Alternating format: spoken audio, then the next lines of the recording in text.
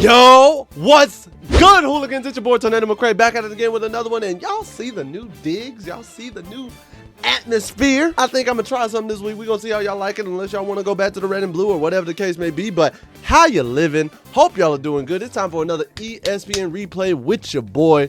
And bro, NFL week has come and is gone. Another one. Week 3 has been crazy. Gotta talk about it real quick. Oh man, oh man, oh man, oh man. I don't even know where to start. This week has been kind of crazy. First things first, shout out to my Carolina Panthers again, getting their first win of the season. And Andy Dalton, thank you for doing what you do. Finally! But we're gonna move on. We gotta talk about everything in the highlights. And the first thing I want to talk about is the defending two-time Super Bowl champions in the Kansas City Chiefs. Look here, bro. Are y'all the New England Patriots?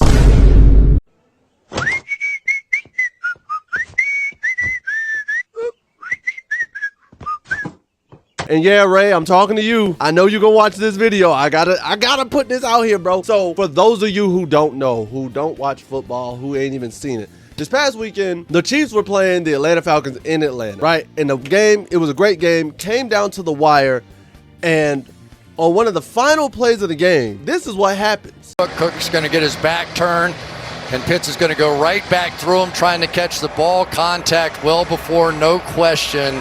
That should have been a penalty, and Falcons ball on the 1-yard line. Now, just last week, the Chiefs won a game because of this penalty. Here he's coming up. Now he's going laterally. He's going to throw it on the run, and it's broken up, and there's no flag. Oh, flag comes in late. A flag comes in late. And they're in field goal range. It was catchable. Yeah, he's there early. Yep. Gene's territory. That's the second penalty on a huge play by Anthony. Pass interference.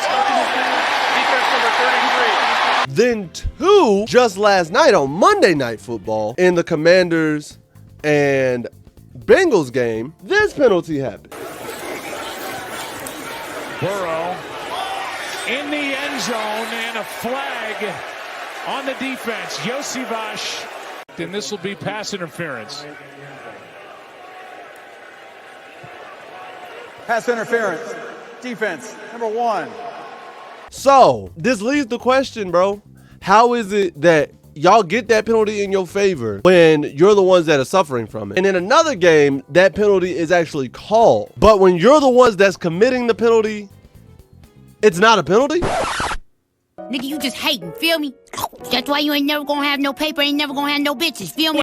I usually don't have any animosity for Patrick Mahomes. I don't have any animosity for the Chiefs as a franchise, but bro, let's not start getting egregious with this. I saw Brady get call after call for years, and I hated it. And what I don't want to start happening is the NFL start doing the same thing for the Kansas City Chiefs and tainting how great Patrick Mahomes is. Because once you start tainting calls and games and things like that, they're going to start discrediting how great he is, bro. The same way, even though Brady has 7 championships, a lot of us discredit some of those championships because it's like, if you don't get this call, the Tuck rule call here, if Pete Carroll doesn't do a fucking pass on the 2-yard line, like there are a number of times in Tom Brady's career that you can taint and be like, bro, they bailed him out. The refs bailed him out. They did X, Y, and Z, so on and so forth.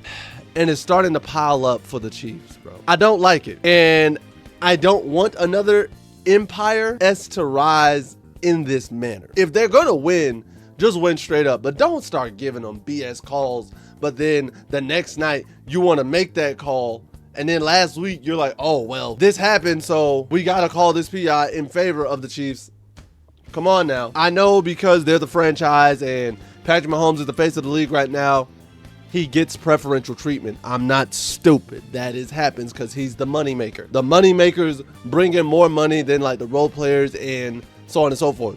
For example, if Carolina had did that, immediate flag, not even hesitation, because Carolina isn't a money-making franchise right now. We're not the face of the league. But because it's Kansas City and because it's Patrick Mahomes, y'all just gonna let that slide. So I don't like it. I think the league is starting to push them into that New England Patriots territory, and hopefully they dial it back and just give it some parity in the league and don't show favoritism that blatant. That's really all I gotta say. Don't be that blatant with your favoritism. Next, I need to ask this question because it's starting to become prevalent in the league. Are the number 2s better than the number 1s?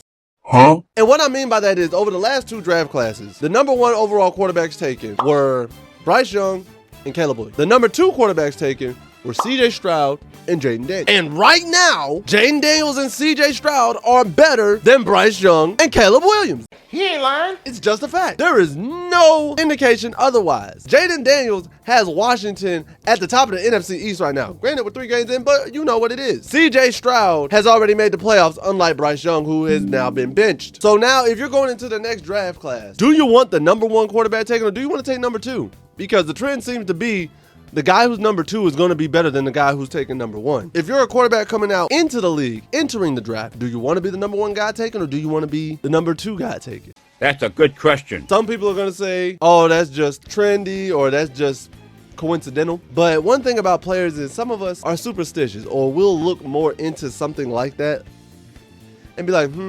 I don't know. Maybe I want to be second. Maybe I want to be third. Because not only does being second off the board put you in a better franchise because you're going to a slightly better franchise in terms of the draft, but there's a little bit less pressure because you're the number 2 guy, not the number 1 guy. So with that all being said, I genuinely think that the number 2 quarterbacks are actually balling out better than the number 1s. And if I know how scouts and GMs are going to start looking at it, they're going to try to mitigate that and be like, oh, well, I want the number 2 guy. It might be a trend going forward or something that we have to look at more in the upcoming drafts. Just saying. Following that, number 3, and speaking of number 2s, this has been the year of the backups. I don't know if y'all have noticed, but backup quarterbacks have been balling out, or journeymen, guys who are no longer considered a traditional starter in the league have been balling out this year. 3 of the last 5 remaining undefeated teams are led by backups or journeymen now. Wait, what? Sam Darnold in Minnesota, Geno Smith in Seattle, Justin Fields in Pittsburgh. The other 2 are Patrick Mahomes and Josh Allen. Those are your last 5 remaining undefeated teams. This doesn't make a lick of sense. That's kind of crazy to think about, but this season as a whole, I saw a tweet talking about it. This season has been drunk. Nothing's made sense. Andy Dalton, our backup, was the first quarterback with a 300-yard and 3 touchdown game this weekend of the season. That was not on my bingo card for 2024. Not at all. So I say all that to say, if you're in fantasy or if you have a backup in right now, don't be too scared. It might actually be a good thing because hell, Malik Willis in Green Bay has been doing solid. Again, Andy Dalton's done his thing. And Baker Mayfield, he's been doing solid in the NFC South. So, I mean, hey, keep an open mind if you have to put your backup into the game for your team. Now, this next topic, I can do nothing but laugh about this one. So, I'm going to just roll the clip before I speak about this. Check this out, guys.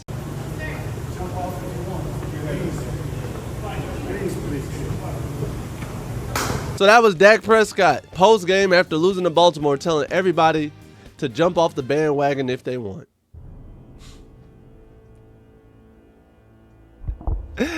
Hey, Dak, I'm going to let you know something. Nobody, and I repeat, absolutely nobody, except delusional, unrealistic Dallas Cowboy fans were on that bandwagon. Like, bro, none of us believe y'all are going to the Super Bowl. None of us believe you're even going to the NFC title game. Hell, if you make the wild card, if that, you may not even make the playoffs this year, bro. The way y'all played. You spoke about that like y'all are the 2-time defending champs. Like y'all have won 3 of the last 4 Super Bowls. Especially considering your owner just came out and said he didn't have enough money to go and sign Derrick Henry in the offseason. When we know you did. And Derrick Henry proceeded to run all over y'all. And help my fantasy team. But it's just kind of crazy that some of you Cowboy fans are going to believe in Dak. And Dak, you saying that statement's wild. Like, we gonna jump off that bandwagon. We were never on it. I don't know what you think this is, but It's not that. Moving on to a team that's actually made the Super Bowl in the last few years. San Francisco 49ers, who have been plagued by the injury bug like hell, but for some reason have the Avengers as backups. First it was Jason Moody, and then this week Juwan Jennings goes off for I think 150 or 100 plus yards receiving and 3 touchdowns. Calling the replacements. Who y'all got as the backups, bro? Where are y'all finding these people? And for Carolina purposes, where can we find them? Please. I'm just saying, it's kind of crazy to think that they have these guys sitting in the wing ready to ball out. And also, because Juwan Jennings went off. Hey, Brandon Ayuk. I think I speak for San Francisco fans right now. Where are you? You got paid and have been a no-show, MIA, gone, disappeared, Danny Phantom, going ghost. Like, where the hell are you, my guy? I feel bad for them, but hey, shout out to San Francisco growing them in the lab, I guess, and having them ready to rock when it's time to rock. But y'all still 1-2 at the bottom of the West, which I did not expect, but I couldn't have foreseen the injury bug that y'all got going on, so I'll give y'all a pass. In other news, another topic we got to talk about. Brett Favre just recently revealed that he has Parkinson's disease. Whoa, whoa, whoa, whoa. But where he revealed it at is kind of interesting. It was during the congressional hearing for him and the welfare fraud situation that happened in Minnesota. So, according to the reports, Brett Favre became an investor for this company called Provacus, which was trying to develop a concussion drug, right? And he requested the state utilize $2 million of temporary assistance for needy families funds for this drug. Hey, bro, come on now, dog. Come on, man. Sound kind of crazy, right? So then the founder of this company actually pled guilty to wire fraud with these funds and said he used these funds to pay off gambling debts. And not only that, Favre was involved in this case, and it turns out that $77 million of these funds that were supposed to go to needy families was diverted to the rich and the wealthy of Mississippi. A lot of people ask why. Why treat the customer this way? Why? Because fuck them, that's why. And this is what Brett Favre said in regards to the situation at the hearing. Sadly, I also lost an investment in a company that I believed was developing a breakthrough concussion drug that I thought would help others. And I'm sure you'll understand why it's too late for me because I've recently been diagnosed with Parkinson's. This is also a cause dear to my heart. Boy, if you don't... Now I'm going to take it a step further. Brett Favre was asked in 2018 how many concussions he thinks he suffered over his career, to which he said he knows of only 3 or 4, but believes he could have suffered more than 1,000 during his 20-season NFL career. When you have ringing of the ears and seeing stars, that's a concussion. And if that is a concussion, I've had hundreds, maybe thousands throughout my career, which is right. All right, so for starters, 1, the fact that you say recently been diagnosed with Parkinson's and you used a congressional hearing to reveal that information, that's kind of convenient, Brett, especially when 6 years ago you said, yeah, I probably had over 1,000 concussions. Don't you think you would have went to the doctor to check to see if you had Parkinson's, especially if you say it's something near and dear to your heart? So you would have been like, yo, let me check to make sure I don't have Parkinson's or I'm on the track to get Parkinson's. That makes sense to me. But you used a congressional hearing to reveal that info when you're supposed to get in trouble because of your involvement in this whole welfare case. All I'm saying is that is mighty convenient.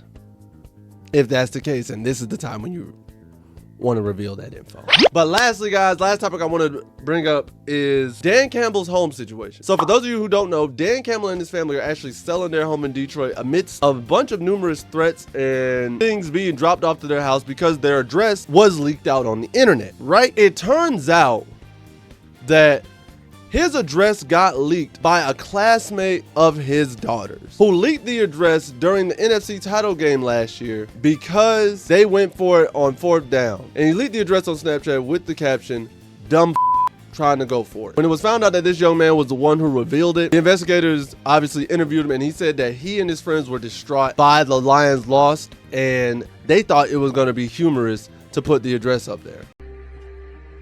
Is this nigga serious? Bro, let me say this, and this honestly goes out to a lot of this new generation who thinks doxing is fun.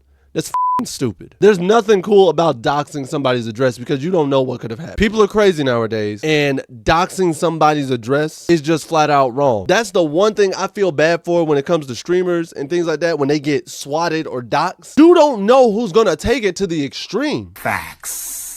You might think it's a joke, but you might have a diehard fan or a diehard follower or a diehard hater who will actually go out of their way, use that information, and cause bodily harm to the individuals in that home. Because when the address was doxed, it's reported that Dan Campbell's daughter was at the house only with her boyfriend. And people were starting to show up at the house. Dan Campbell and his wife were still in San Francisco. God forbid somebody had came and mazel tov that house or done X, Y, and Z while the daughter and the boyfriend were there at the house. Bro, this ain't funny. This ain't cool. There's no joke in this. If their address is not public knowledge, to which they have like left out and said, hey, this is my address or whatever. If you want to reach me, do this, that, and the third. If their address is not public knowledge, don't be going out of your way to dox people, bro. It's not a joke. I would never dox somebody, not even my worst enemy, because you don't know what other people are going to do. And then when people try to come back and say, oh, you're accountable for it, you're going to sit there and be like, oh, I didn't do anything. No, you are the reason why this happened. Because had that person not had the address, they couldn't have gone and caused harm to that other person. So yeah, you're responsible. If you dox somebody and then a follower who saw your dox goes and causes harm to that person at that address, you should be held responsible for that. Stupid. But I just had to get that off, bro, because it's dumb. I don't like it. I'm sad that happened to Dan Campbell and his family. Hopefully their new address can remain in the privacy of their own home and their family, but it's sad that this has to happen. But guys, that's all I gotta say. If you enjoyed this content, please make sure to like, share, subscribe, and hit that notification bell at the bottom so you know when I'm posting these videos and so your auntie can get it because, you know, I'm her favorite neighbor. She's gotta know when I'm posting it.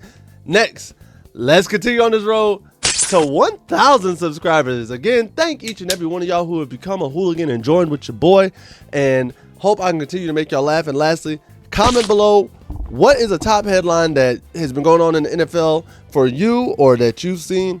Because at the end of the day, what do I know? I'm just a skinny brother with two tats. Peace. Much love to all of y'all. Later days.